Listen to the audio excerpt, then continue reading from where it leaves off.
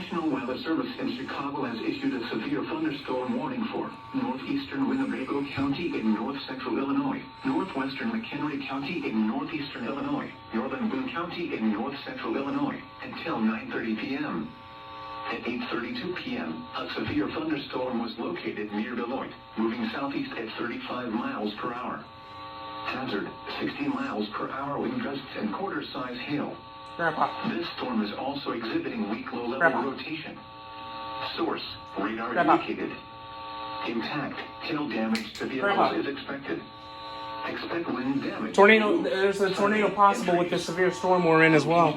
Yeah. I'll let you know if Harvard, South Beloit, Brockton, Poplar Grove, Camel Lake, Sharon, Cape Run, Hebron, Timberlane, Gardner Prairie, Caledon, Caledonia, including the following interstate. saying it's, yep. 0 and 5. For your protection, Probably only weak level rotation, as one of my friends are saying. So we might not get a...